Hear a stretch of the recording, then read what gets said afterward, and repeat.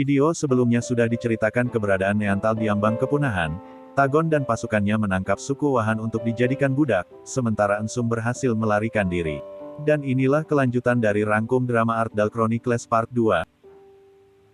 Setelah akhir dramatis di episode sebelumnya, Ensum kembali ke desa dan menemukan Doti yang selamat dari penjajahan, sementara itu Tanya dan yang lainnya berjalan di atas jembatan yang melintasi lahar panas. Mereka menatap dengan kagum ketika melihat tebing yang menjulang tinggi. Suku Wahan dibawa menuju barat tempat di mana Tagon menunggu. Nampaknya suku Wahan memiliki bahasa yang sama dengan penduduk Ardal, di mana hal itu terasa janggal dalam pikiran Tagon mengingat kawasan Iyar sangatlah terpencil, dan terisolasi dari peradaban. Sementara pasukan lainnya tidak peduli, mereka gembira karena akan segera pulang ke Ardal setelah belasan tahun menjalankan misi. Tidak lama dari itu Ensum mengikuti jalan lahar panas menuju lift kayu di tebing. Sesampainya di sana dia menginterogasi salah satu petugas, bertanya tentang keberadaan suhunya. Penjaga memberitahu Ensum bahwa suhunya dibawa ke kota Ardal. Ensum mengancam penjaga, dan memintanya untuk dibawa ke atas. Sesampainya di sana, dia dengan cepat kabur menjauhi para penjaga. Sementara itu di Ardal ada kabar bahwa Tagon telah melakukan kesalahan selama menjalankan misi. Dia melakukan ritual Olimsani yang sangat sakral, yang dimana itu hanya boleh dilakukan oleh suku insan. Perbuatan tersebut adalah pencemaran nama baik, dan pelakunya harus dihukum. Sanung selaku ayahnya memohon kepada Asaron untuk mengampuni nyawa putranya itu. Sayangnya permohonan itu hanyalah gimik karena sebenarnya Sanung sangat membenci Tagon sejak dia masih kecil. Sementara itu Ensum berhenti sejenak, untuk memberi makan Helper, seorang petani gandum yang melihatnya marah, menyangka dia mencuri hasil panennya. Setelah terjadi bentrok di antara mereka, petani menyadari bahwa Ensum adalah seorang Igutu. Ensum yang tidak tahu apa-apa tentang Igutu menanyai petani tersebut, setelah menjawab bahwa itu adalah ras campuran dari Saram dan Neantal yang mereka anggap monster. Ensum terdiam seolah tidak menyangka, dirinya adalah keturunan monster. Ketika dia berbalik petani mencoba menusuknya, namun secara naruliah Ensum menghindar dan menusukkan pisaunya, menatap darah yang berwarna ungu. Seorang gadis bernama Caeng mendekatinya. Caeng berasal dari kuil Baci, yaitu asosiasi para pedagang di kota Ardal. Nampaknya dia mengerti tentang sejarah Neantal dan Igutu. Dia tidak takut juga tidak mendiskriminasi ras tersebut, yang dimana orang lain selalu melakukannya. Caeng juga menjelaskan bahwa sebutan monster itu hanyalah kebohongan, yang dibuat suku Asa. Caeng memberikan sebuah pakaian, dan melapisi bibir Ensum dengan pewarna, lalu menyuruhnya pergi karena Ardal terlalu berbahaya bagi seorang Igutu. Sayangnya dia tidak peduli, dan setelah memasuki kawasan Ardal, Ensum dan Doti terkagum-kagum dengan peradaban yang belum pernah mereka lihat sebelumnya. Bertemu kembali dengan Caeng, ia marah karena mencemaskan Ensum yang bisa saja dibunuh jika identitasnya terungkap. Tidak lama dari itu Ensum menemukan sekelompok pekerja anak, dan terkejut dengan perlakuan mereka yang dipaksa menggerinda batu. Caeng menjelaskan latar belakang anak-anak ini, yang merupakan tahanan perang. Hal itu mendorong Ensum untuk meminta lokasi Sanung agar dia bisa menghadapinya. Ensum bertujuan untuk menyanderanya, dan menukarnya dengan suku Wahan yang tertangkap. Caeng menunjukkan kuil di mana Sanung berada. Dia membiarkan Ensum merenungkan niatnya, karena menangkap Sanung bukanlah perkara mudah. Sementara itu desas-desus di berbagai suku berpusat kepada Tagon yang akan diadili di Pengadilan Suci. Kuil Baci membahas apa yang harus dilakukan tentang situasi tersebut. Karena Tagon adalah pahlawan rakyat yang sangat berjasa, Asaron juga membahas hal yang sama dengan keluarganya. Mereka bingung karena jika menghukum Tagon rakyat akan murka kepadanya, tapi jika dibiarkan itu sama dengan merendahkan kliennya sendiri. Sementara itu Tagon sedang dalam perjalanan membawa para budak menuju Ardal. Suku Wahan harus menerima kenyataan pahit, ketika salah satu dari mereka harus dipenggal karena sudah sekarat. Ketika Bunda Agung yang sekarat akan dipilih untuk korban selanjutnya, Tanya menaruh darah di sekitar matanya. Sebagai cenayang dia mengutuk semua prajurit beserta keturunannya agar hidup sengsara. Dia juga meramalkan salah satu prajurit angkuh, yang akan menerima ajalnya dengan sadis pada bulan sabit nanti. Dengan ragu mereka meninggalkan Tanya untuk sementara. Ketika Tagon muncul dia bertanya bagaimana cara mengangkat kutukannya. Tanya menuntut agar Bunda Agung diberikan pemakaman yang layak saat dia wafat. Di bawah sinar bulan yang cerah, ibunya yang akan segera mati, menceritakan kebenaran tersembunyi tentang menjadi kepala suku dan visinya untuk masa depan. Sementara itu ketika Tagon dan Teala berbicara di tenda, Tagon mengakui rencananya untuk memberontak di Ardal. Tagon sudah tahu bahwa sang ayah sangat membencinya selama ini. Asaron juga membenci Tagon karena melanggar hukum Kleasa. Terungkap juga bahwa Teala adalah seorang mata-mata yang dikirim untuk mengawasi gerak-gerik Tagon.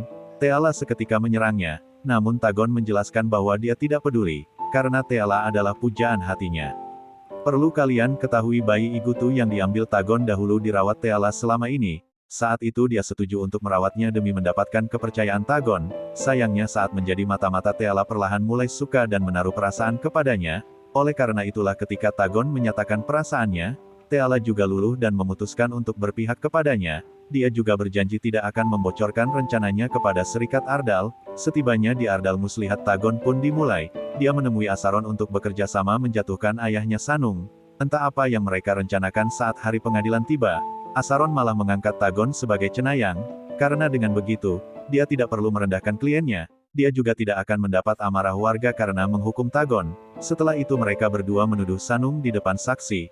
Karena sudah memberikan tuduhan palsu kepada Tagon. Setelah menyangkal keterlibatannya, Sanung memerintahkan pasukannya untuk membantai Kleasa. Setelah menebas beberapa orang, dia menuju keluar di mana pasukan Tagon dan Sanung bentrok. Sementara itu Ensum sudah mengamati pergerakan Sanung, dia menggunakan cat perang, menaiki helper dan membantu Sanung keluar dari pertarungan. Sayangnya itu bukanlah pertolongan, karena Ensum akan menahannya di menara meneriaki keadilan, dan meminta tebusan suku Wahan, jika ingin Sanung terbebas. Tidak lama dari itu suku Wahan dan Tagon yang bermuka dua datang, seolah hubungannya dengan sang ayah masih terjaga. Dia pura-pura peduli dan menghampiri Ensum di atas menara. Bukannya berdiskusi Tagon dan Ensum saling menyerang satu sama lain.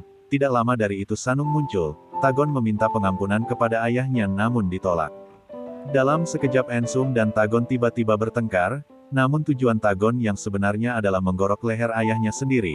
Situasi itu menyulitkan Ensum karena tidak ada satupun saksi yang melihat kejadian ini. Mengatakannya kepada warga adalah hal yang mustahil, karena mereka akan memihak kepada Tagon. Selain itu suku Wahan juga akan kena imbasnya. Ensum mengambil langkah cepat, dia kabur meninggalkan Tagon sendirian dengan mayat ayahnya. Setelah itu Tagon pura-pura sedih dan mengatakan di depan warga, bahwa Sanung dibunuh. Hal itu membuat warga seketika marah terhadap suku Wahan. Mereka melawan melempar barang-barang, dan mulai memukulinya. Akhirnya mereka dibawa untuk dieksekusi sebagai pihak yang bertanggung jawab. Saat meratapi kesedihan Ensum melihat darah ungu di tangannya, padahal dia tidak terluka sama sekali. Ensum mulai menyadari bahwa Tagon adalah seorang Igutu. Dia akan menggunakan fakta itu untuk mengancamnya, karena dia tahu sosok Igutu sangat dibenci oleh penduduk Ardal. Akhirnya terungkap alasan kenapa Sanung membenci Tagon, karena dia adalah seorang Igutu. Selain itu seorang peramal pernah mengatakan bahwa Tagon akan menguasai Ardal suatu saat nanti. Oleh karena itulah Sanung selalu berusaha untuk membunuhnya. Tagon adalah putra dari Mutrup, seorang Neantal wanita yang muncul di episode pertama. Sementara itu Tagon mulai khawatir bahwa Ensum akan menyadari dirinya seorang Igutu. Teala yang sudah mengetahui fakta itu berusaha menenangkannya, dan berkata bahwa Ensum dari suku Wahan tidak mungkin tahu tentang Igutu. Flashback. Mubaek prajurit Tagon yang sempat tertinggal di Iar mendatangi tempat ritual suku Wahan. Dia menemukan Biodaya, sebuah totem lingkaran milik Kleasa dengan ramalan di atasnya. Mubaek heran karena seharusnya totem itu berada di Ardal, dan dijaga oleh klien Asa itu sendiri. Setelah itu Mubaek kembali ke Ardal dan mendatangi Kuil Agung. Di sana dia menemukan fakta bahwa totem yang ada di Kuil Agung adalah replika, karena totem yang asli dibawa Assassin saat dia menghilang. Assassin adalah orang pertama yang menginjakkan kakinya di tanah Ard dan Aramun Hesulan adalah utusannya. Bisa dibilang keberadaan mereka bagaikan nabi yang muncul di dunia fantasi ini. Itulah mengapa Kleasa sangat dihormati, karena bisa dibilang mereka adalah keturunan dari dewa. Mubarak mulai menyadari bahwa totem yang diambil dari Wahan adalah asli. Hal itu menimbulkan prasangka bahwa suku Wahan adalah keturunan asli dari Kleasa. Dan jika itu benar status Asaron dan pengikutnya akan lebih rendah dari suku Wahan, namun Mubaek belum bisa memastikannya. Kembali ke Ardal, ayah Teala Mihol meragukan bahwa Ensum adalah orang yang membunuh Sanung. Dia mendatangi Asaron untuk membahasnya. Mihol menjelaskan bahwa Tagon berambisi menjadi raja, dan suatu saat nanti Asaron akan disingkirkan olehnya. Sekarang keadaan berbalik, Mihol dan Asaron bekerja sama untuk menjatuhkan Tagon. Saat Tagon melakukan ritual Olimsani untuk ayahnya, Asaron menghentikannya dengan marah, karena sebelumnya dia hanya mengangkat Tagon jadi cenayang kelas rendah, maka dia belum bisa melakukan Olimsani pada orang penting seperti Sanung. Asaron menggiring warga supaya Tagon dipandang buruk, namun Tagon tampaknya melakukan tipu muslihat. Dia berpura-pura dirasuki Dewa Aramun Hesula sebagai sosok spiritual yang lebih tinggi statusnya. Sementara itu Ensum menangkap Teala dan memberinya kain berlumuran darah ungu. Ensum meminta Teala untuk menyampaikan pesan kepada Tagon bahwa dia ingin bertemu di menara. Sebelumnya dia juga meminta jangan ada satupun suku Wahan yang disakiti. Jika melanggar dia akan menyebarkan fakta bahwa Tagon adalah Igutu. Sementara itu dari kejauhan, seseorang yang misterius melepaskan kunang-kunang yang kemudian berkerumun di tubuh Tagon. Saat semua warga menirukannya sebagai reinkarnasi dewa, rencana Asaron dan Mihol gagal karena keadaan sedang memihak kepada Tagon. Setelah itu Tagon pulang dan mengetahui ancaman Ensum terhadapnya. Dia bergegas menemui pasukannya untuk menghentikan eksekusi mati suku Wahan. Sementara itu Asaron dan Mihol terus berusaha untuk menggulingkan Tagon, karena statusnya yang sudah diakui sebagai reinkarnasi dewa. Mereka takut akan disingkirkan, oleh karena itulah Mihol meminta kepala suku senior yang baru yang bernama Denbyok untuk menangkap Tagon atas pembunuhan Sanung. Sebagai adik tiri Tagon tentu awalnya Denbyok tidak percaya, namun luka gorok di leher Sanung cukup membuktikan bahwa itu menggunakan senjata besi, yang dimana suku Wahan tidak mungkin memilikinya. Namun Denbyok kembali ragu saat mengetahui bahwa Asaron dan Mihol bekerja sama. Dia bingung pihak mana yang harus dia bela. Sementara itu Tagon menemui Ensum di menara dan membuat kesepakatan. Tagon tidak bisa membebaskan suku Wahan, namun dia berjanji akan menjaga mereka dengan imbalan Ensum harus menjaga rahasianya. Sayangnya Tagon tidak bisa menepati janjinya, karena di saat yang sama, Asaron dan Mihol sudah memindahkan suku Wahan ke benteng suku mereka, bermaksud untuk memancing Ensum dan membuatnya bersaksi bahwa Tagon sudah membunuh ayahnya sendiri. Tentu ini adalah kudeta supaya Tagon tidak berkuasa di Ardal, namun Ensum memutuskan untuk memanfaatkan situasi ini. Dia akan menebus suku Wahan dengan membocorkan kelemahan Tagon kepada Mihol. Dengan bantuan Chang dia menuliskan surat kepada Mihol untuk bertemu, dan tidak lama dari itu utusannya datang menjemput. Sementara itu Tagon mengetahui perbuatan Asaron dan Mihol mendatanginya di benteng api milik suku Hae. Saat itu ketiga kepala suku berkumpul, Mihol dan Asaron menyudutkan Tagon. Mereka berkata bahwa membawa pasukan ke benteng suku lain merupakan ajakan perang. Asaron dan Mihol meminta Denbyok untuk menangkap Tagon. Namun Denbyok menyadari bahwa Asaron dan Mihol bersekongkol menyuruh pasukannya untuk menangkap mereka berdua. Di tengah ketegangan Mihol sebagai tuan rumah memiliki trik, di mana dia mematikan pencahayaan dan melarikan diri. Kekacauan terjadi saat semua orang tidak bisa melihat dengan jelas. Suku Wahan berhasil melumpuhkan penjaga, dan mereka semua membebaskan diri berpencar sebaik mungkin. Sementara Tanya menyelinap ke dalam dan menuju ke puncak menara. Di luar benteng Ensum bertemu dengan suku Wahan yang berhasil melarikan diri. Sayangnya mereka langsung disergap oleh prajurit bertopeng, yang bernama Yangcha.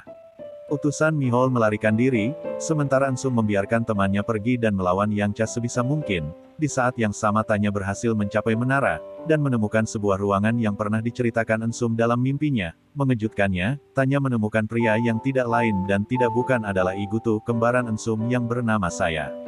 Saksikan kelanjutannya di part berikutnya.